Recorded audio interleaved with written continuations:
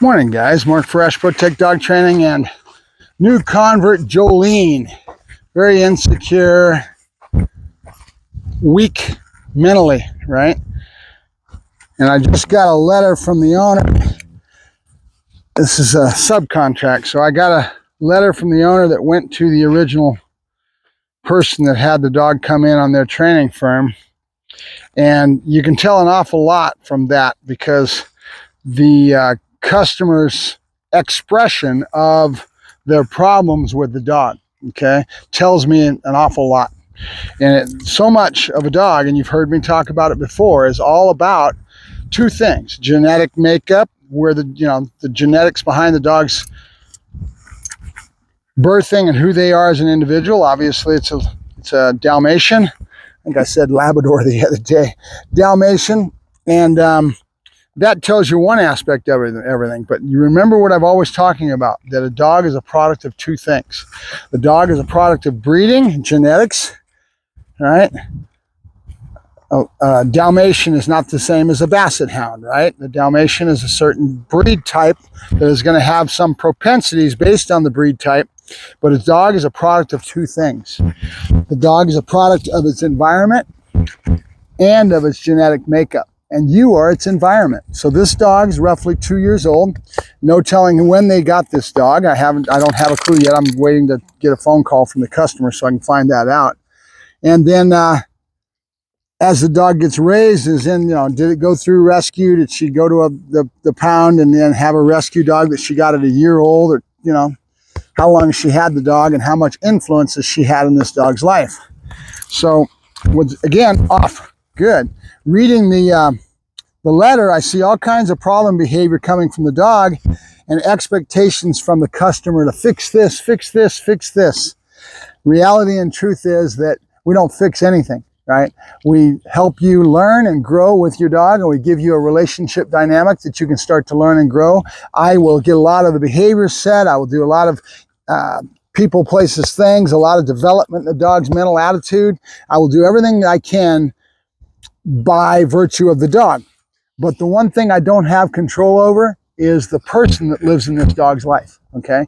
Their perspective and how they view a dog in the respect of what is a dog, how do they perceive what that dog should do for them, is all based on what they have coming at them with social media and media in general, and I'm reading all kinds of stuff online nowadays, and their perspective of that and what a dog's supposed to be doing for them is all about, their knowledge and their understanding of it and what their expectations are, right? A dog is not a robot. And I call this robot syndrome, meaning that people's perspective and their point of view is totally different than mine, right? I eat, breathe, and sleep dogs. My perspective is totally one of doing it since I was 12 years old and doing it my whole life and understanding what a dog can give me. Am I perfect? No, I'm a human just like anybody else. I have failings, I'm good and I'm bad, and there's all kinds of things. But our goal is to do the best I can by the animal, and then at the same time try to educate and teach the customer so they change their perspectives and how they view what this dog is to them in their life, okay? And they can either accept it or not accept it. My job is to do the best I can to educate them and to be there for them. But again, the dog is not a robot. When you send a dog off for dog training, if you think that dog to come back and the dog's going to have all these behaviors and then the dog is going to stay that way, no, because the dog is a direct reflection of you. You are its environment. You are everything. And that dog perceives everybody in the pack as an individual. And he might walk on the female in the family and walk all over the female and not walk all over the male. Why is that? Because they carry themselves differently. They have a different perspective in what they expect that dog to do for them in regards to their relationship with their animal. And in the end, you always hear me talking about it's all about relationship, right? So I'm going to do the best I can by the dog, and then I'm going to try to do the best I can to educate the customer. But as usual, in my way of doing things, I do not pander to my customers. I do the best I can to educate them and teach them. I'm very matter of fact, but I'm not going to sit there and give you a pat on the ass to make you feel good. Okay, you're either going to change your perspective and start to learn and grow and to be a part of this program and to be a part of this helping you with your dog, or you're not. and that's up to you. Okay, that's the human factor. Okay, the dog is easy to me. The human factor is always a situation. Is always something I have to work with and do the best I can by the human to educate them and teach them. But if they don't come with me halfway and start trying to work hard to acquire the difference in perspective and how they treat their dog, they're not going to have anything work for them, right? You can sit there and have all this list you want to of things you want me to have this dog do for you, and you want me to fix this, fix that. Dog is not a robot. It is a creature that has an emotional perspective and has a certain way of viewing things based on dog psychology. It's not a human, right? So that being the case, you have to learn and grow with your animal, and you have to understand how we got what we got, yes, in such a way that you start to get results. That takes work. So the first thing is to get a foundation of communication, set up a communication baseboard that you've heard me talking about, and then from there, grow the dog while the dog is with me for the end board. And when the dog goes home, I have to have a customer that's going to work with me and really get off the couch and really put the work in to learn and grow and respect the fact that they just have to change their ways of doing things, and they have to understand that they have to be a large part of the program, because this dog isn't a robot. Okay, it's not something I can just stick a bolt in and say it's fixed. It doesn't work that way. It's a relationship between you and the dog, and I can help educate you and teach you and get you to see some things if you're willing to open your mind and you're willing to put the work in. If you're not, you're pissing your money away, right? I tell people this all the time, right? Good girl, good. So it's very important that you have the proper attitude in working with a training firm. We're going to do everything we can to help you to learn and grow with your animal, but I can't force you to get off the couch. I can't force you to change your lifestyle and to get understanding of the dog. You have to do that for me, and I'm going to do everything I can to help you learn and grow, but at the same time, I'm not going to hold your hand. I'm not going to pat you on the ass to make you feel good and to do what you think is needed in that regards, because you want me to hold everything up and you think this dog's just going to be a robot and poof, it's all fixed. It's not. You have to be a part of this program, because she's going to walk all over the top of you. Like when I read the letter, I said, my God. And so I saw a lot more in the animal, but what it told me is it didn't tell me anything about the animal. It told me about the relationship between the owner and the dog. And the relationship is not in a proper place. It's out of balance. You always talk about balancing a dog's mental attitude. Well, that's what it's all about. But a lot of that, 90% of what we do is not the dog. The dog's easy, like I said. Nope. Good girl. Good. Good girl. Good. So I'm going to do everything I can to do a really good quality job for the dog.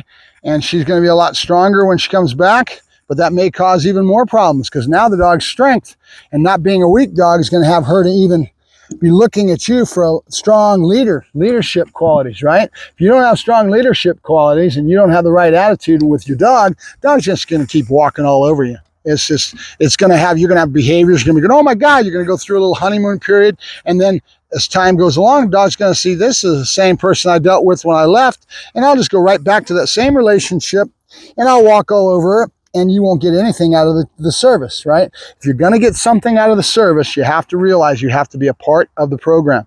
And if you are, I'll give you the world. If you're not, I can't help you, because I can't fix you. I can help the dog and I can help you if you have the proper mental attitude, right? And if you don't, like I say, I tell people this all the time, you're just pissing your money away, right? You have to be willing to get off the couch and change your perspective and not thinking of it as the dog is going to be a robot when it comes back and everything's going to be hunky-dory and I don't have to do anything. I just keep doing my lifestyle. The dog's going to be perfect. No, because the dog is a direct reflection of you and your relationship with the dog, right? And I can't help that relationship. You have to be the one that learns and grows, and you have to be a big part of the program to help me give you what you need to out of the service. All right, so very important. All right, Mark Ferrasci, Protect Dog Training, signing off. You have a good day. I thank you very much. And we'll find out what happens as I keep trying to work with her. She's now out of the kennel and she's getting loaded into the box. She's going to go out with me today. We're going to see how she does out in public. And we're going to keep trying to grow this communication baseboard, which is no, good, and yes, right? Good. Good is a duration marker. It means you're doing the right thing. Keep it up. Yes is to go into drive. Nope. And you notice my no is nothing more than, you haven't done it right, I want you to do it again. There's really a lot of times we don't have a correction until later when the dog starts to understand what it's supposed to do. She doesn't understand what she's supposed to do. So all we do is we say no, and we rob the dog of that food, right? Good. Nope. Nope. Good. Good. All right. Now I've got a pinch collar on her, but she's not hooked to the pinch. She's going to wear that for a couple days, depending on how she acts.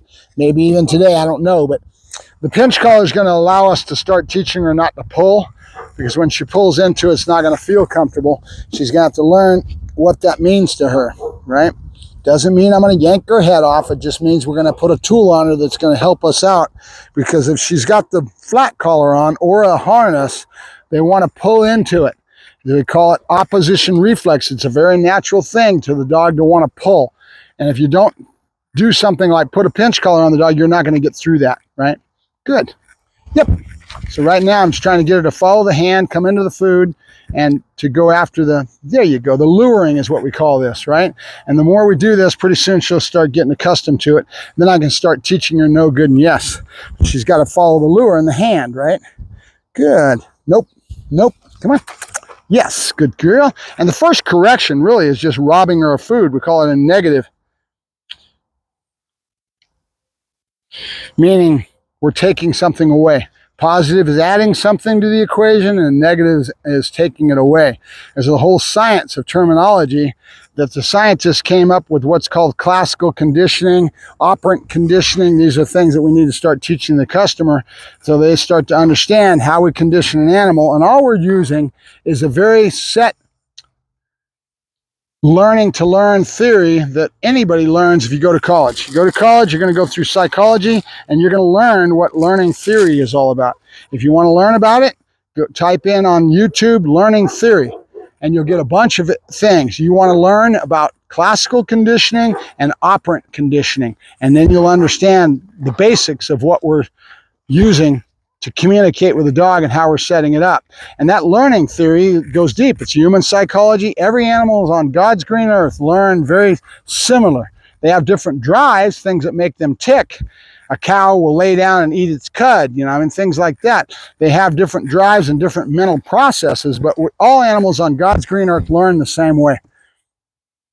And we'll try to educate the customer in regards to that. We'll teach them about learning theory, but in the end, it's going to be a lot about what's the customer's mental attitude in learning and growing. If they're not willing to put any work into this, they're not going to get any results. Even though I can do everything I can, get the dog to stand on its head and do all this, doesn't do me any good at all if you don't learn and grow, and you don't have that grow your relationship with your dog. And that's what a good dog trainer is here to do, is to educate you, right? Like I said, the dog is easy. Good girl. All right, so we're ready to go to the next stage. We've got her on leashes now. We're getting her out of the house. I'm starting to load her into the crate. We're going to be going out to people, places, things, a lot of environmental, trying to grow her strength mentally, where she starts to be a lot stronger. Good girl. Yep, in a mental fashion. Good girl, come on. Good. Yes, good girl, good. Good. Okay, let's keep working on my yes marker. Yep, come on. Good girl, good. She doesn't get what she wants until she does what I want, which is step on that. Yes, good girl. And then the marker hits right away, right? Think of the marker as marking a moment in time. Timing is very important in training. They pick up on that. We actually have ability to stretch things with duration markers and things, and they have a very keen sense of what's called time levels, was what I call time levels, right? They're very aware of it. So we use that, yep, to our advantage, right? We'll go over that as we go along. Good girl, good. Right now I'm just trying to get her to step with her back in. And it's just one more way of me using the lure to ask her to do a behavior and then telling her yes, so she starts learning no, good, and yes, right? Will she be doing a lot of the fancy stuff?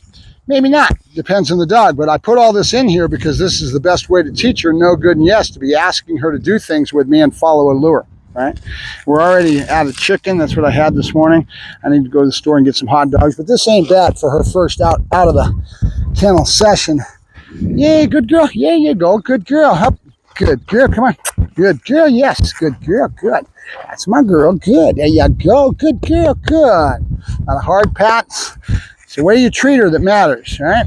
All right, Mark Ferrasci, Protect Dog Training with my lecture for the owner this morning. Have a good day.